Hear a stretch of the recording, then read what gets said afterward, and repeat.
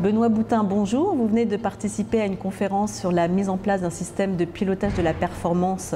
Mais en quoi, finalement, votre système permet à la direction financière d'être autonome de la direction informatique? Alors, Adaptive Insight est capable de rendre autonome la direction financière par plusieurs biais. C'est-à-dire, déjà, c'est un outil dans le cloud. C'est-à-dire que nous n'avons pas besoin d'installation, donc ni sur un serveur, ni d'installation de logiciels sur le poste du client, puisqu'on passe uniquement par un browser.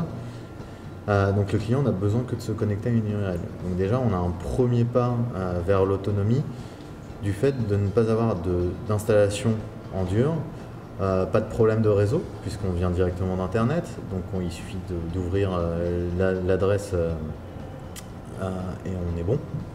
Pas de problème de mise à niveau du logiciel, puisque dans le cloud, en fait, le principe c'est que tout le monde utilise la même version du logiciel. Donc si un bug est corrigé pour un client, ce bug va être corrigé pour tous les clients.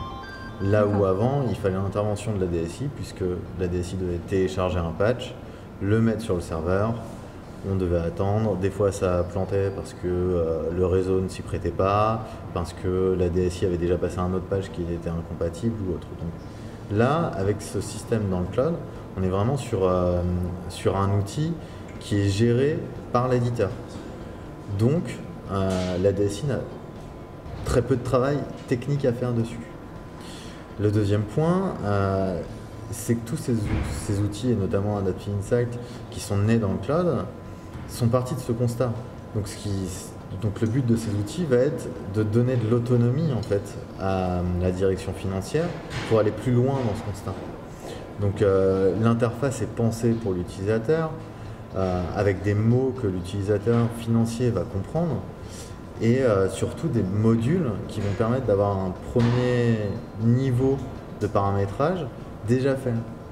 Donc l'utilisateur, notamment financier, va d'une s'y retrouver puisque l'interface lui parle, et de deux, avoir beaucoup moins de travail puisqu'il y a déjà des pré-paramétrages qui sont faits.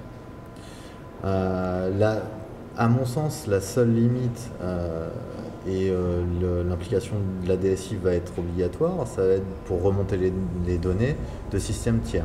Où là, les systèmes tiers vont forcément être externes à Adaptive Insight. Donc pour faire des flux de données automatisés, il va falloir impliquer la DSI.